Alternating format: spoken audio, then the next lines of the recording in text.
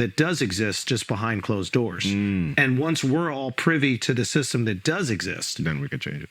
because that's what I feel like his administration does all the time. The second they do something with immigrants, they just go, oh, look how many immigrants. But I think Obama was like, Obama's wife, Michelle, was like, I was crying when I saw the deportations. And then they were like, your husband deported 4 million more people than he did. In this video, we're back with Andrew Schulz on the Flagrant Podcast. Andrew Schulz and his co-host discuss a multitude of geoeconomic issues, but at the heart of the conversation, they're discussing Donald Trump's transparency. Let's watch Andrew Schulz explain the level of Donald Trump's administration's unprecedented transparency when one of his co-hosts pushes back. Fucking heroin in Afghanistan. Which I don't know. I don't have like factual evidence that we did that. I think at some point in time we did take over like the poppy production, which eventually becomes the heroin. Like, and if that was part of the GDP of Afghanistan and they recognize it and they're like, well, we can either give them the money or we can fucking sell this shit.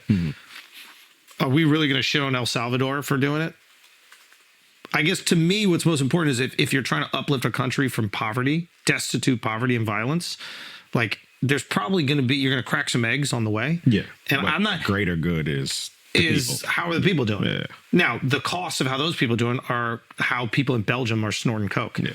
I'm like, boo hoo. If he's selling asbestos to third world countries so his people can be okay, it's like, okay, you're fucking over more poor people so that your poor people can get rich. I'm not saying it's okay to fuck over rich people, but like, I imagine in Belgium, you have a choice whether or not you're going to buy fucking cocaine and snort it when you go out drinking.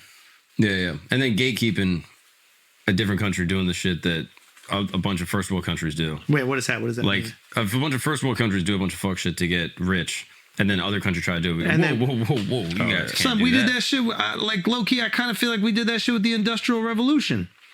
Okay. It's like we were polluting the whole fucking world. Became an industrial superpower. Then the rest of these countries try to do it. We're like, we have to worry about the environment. Like China, what are you doing? Smog. I'm not trying to make some pro-China argument, but it's like, what do you think our skies look like from 1800s to 1960? But it is kind of smart, though. That 100%. It is kind of smart if you're like, you're running it. If you're America, being like, yeah, you guys can't do what we did. This is what I'm saying. Like, it like the expectations for your country are different for the expectations for the world, and I'm kind of okay with that shit.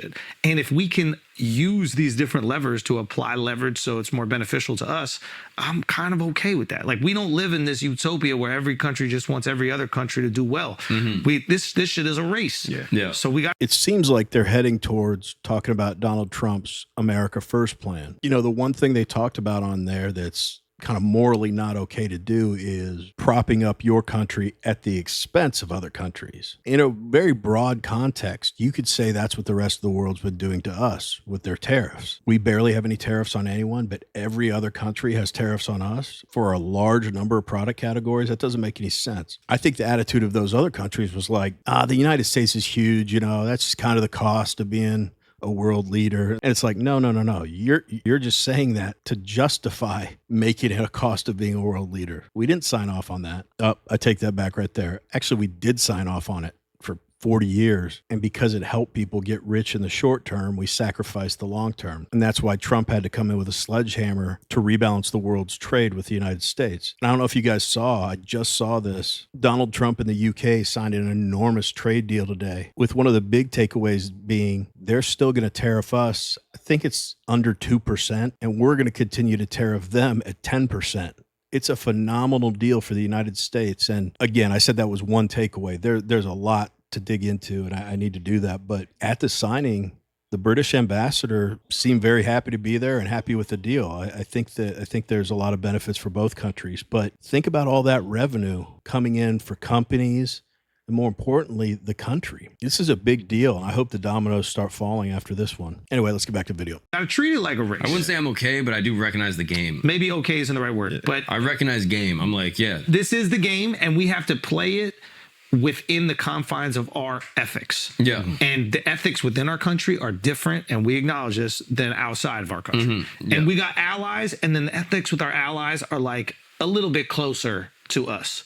Like, so how we treat Great Britain is going to be a little different than how we treat some third world country. Yeah. And what we're willing to do. And I'm not pearl clutching. Like, oh, these guys are the mafia. I'm like, everyone's the mafia. Everyone's the mafia. Okay.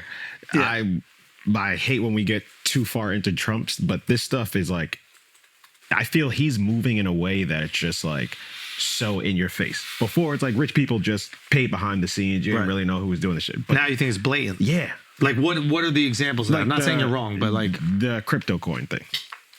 Like where it's like, what do you do? So now it's the top 50 holders get a meeting with Trump. Wow. That's just paying for access. So he's essentially selling access. Yeah. Now, I That guess shit is a little crazy. so. Yeah. I agree with what you're saying, which is like what you're doing is you are pulling away the curtain, Yeah. and like, And I don't know if that's good or bad. well, the thing is that we like curtains. We like curtains. Curtains help everybody. They keep your private shit private and my private shit private. And what we do behind those curtains, nobody really knows about. And if people don't know about it, we can pretend it's not happening. And the reality is the rich people always paid for access. Goldman Sachs did it with Obama. Somebody other company did it with Trump. Some other company did it with Kamala. Like all these countries are paying for access. There's a reason why all those billionaire corporations were lined up behind Trump during the inauguration. And they gave him the $1 million each. Like they paid for access. But what he's saying is, hey guys, we do pay for access here. And If you like watching videos like this one, like and subscribe. We'd really appreciate it. Let's get back to the video. I think the American people are like, why don't you just lie to us and do it like y'all did before? We don't want to think that that's how things work. Yeah. So I know it seems like I'm probably defending him. I'm not. I agree. I like to think that there is no access paid for. The problem is that I wonder if him and I wonder if his administration specifically, since he was one of those people that paid for access, I wonder if he's like, doesn't everybody know this is how it works? Like now we're just letting people pay for access. Yeah.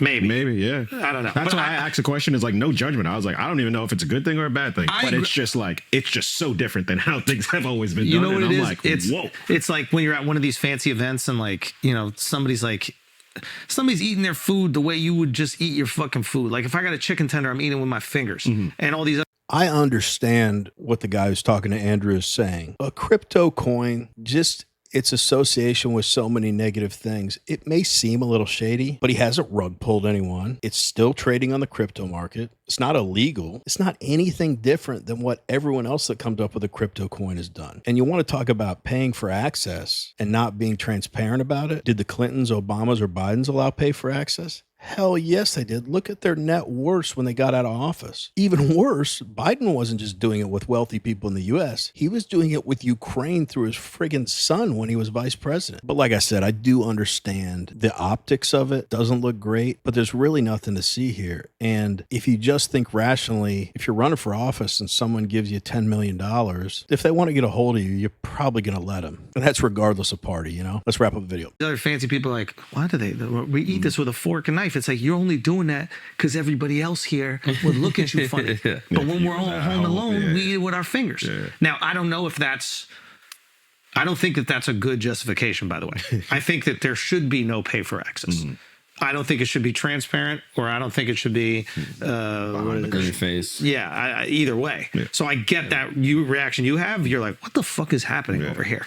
And I guess I just wonder if they're going, yeah, this is how it is. Yeah. We're just telling you. Probably. Well, that's kind of the accelerationist thing where it's like there's people that don't like Trump that are like, it's good what he's doing because he's airing it all out. And then hopefully people will see how corrupt everything is and then we can fix it. But let him air it all out. Let him do all these things where they expose how corrupt everything is. And what he's doing is wrong, but the next thing will be better because we can stop it. Oh, got it. So Trump is not airing it out in a way to expose other people. He's even exposing himself. Is what they would say. But through exposing himself, he is exposing the system that does exist just behind closed doors. And once we're all privy to the system that does exist, Then we could change it. because that's what I feel like his administration does all the time. The second they do something with immigrants, they just go, oh, look how many immigrants. But I think Obama was like, Obama's wife, Michelle, was like, I was crying when I saw the deportations. And then they were like, your husband deported 4 million more people than he did, right? Like, and I think that's what the Republicans get a lot of wins on, is that the Democrats kind of virtue signal without reflecting on like what they've done. And then the Republicans come in and dunk. So what Mark is saying is like the next 10 years or whatever it is could be a reflection on what both parties have done. either out in the open or behind closed doors. And then we as Americans get to go, yeah, we don't like any of that. That's ugly. You would hope we do either that. fix it or Yeah, I think front about loopholes or things like they're talking about that he himself uses but acknowledges like they should be closed. You know, on taxes as an example, if I'm super wealthy, I'm going to take advantage of every tax loophole that I can. It doesn't mean that it's right, but if it's there, you're going to use it. Even these Democrats who whine that we should be taxed at 90%, you don't see them volunteering to do that. So I kind of agree with what they're saying. He's like, hey, I use this stuff's going on. And at least the American people now know about it and they can vote or push their politicians to make changes in the coming years. That's a pretty good point. But what did you think about this conversation between Andrew Schulz and his co-host? Let us know in the comments. Anyway, as always, really appreciate you watching, and we will see you in the next one.